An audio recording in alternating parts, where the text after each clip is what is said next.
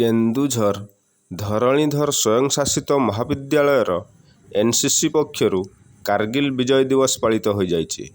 ଏହି ଅବସରରେ ଏନ୍ସିସି କ୍ୟାଡେଟମାନଙ୍କ ଦ୍ୱାରା ଅପରାହ୍ନ 4 ଘଟିକା ସମୟରେ ଏକ ସାଇକେଲ ଶୋଭାଯାତ୍ରା ନଗର ପରିକ୍ରମା କରିଥିଲା। ପରେ କଲେଜ ପରିସରରେ ଏକ ଶ୍ରଦ୍ଧାଞ୍ଜଳି ସଭାର ଆୟୋଜନ କରାଯାଇ କାର୍ଗିଲ ଶହୀଦଙ୍କର ଅମର ଆତ୍ମାର ସଦ୍ଗତି ନିମନ୍ତେ 2 ମିନିଟ୍ ନୀରବ ପ୍ରାର୍ଥନା କରାଯାଇଥିଲା।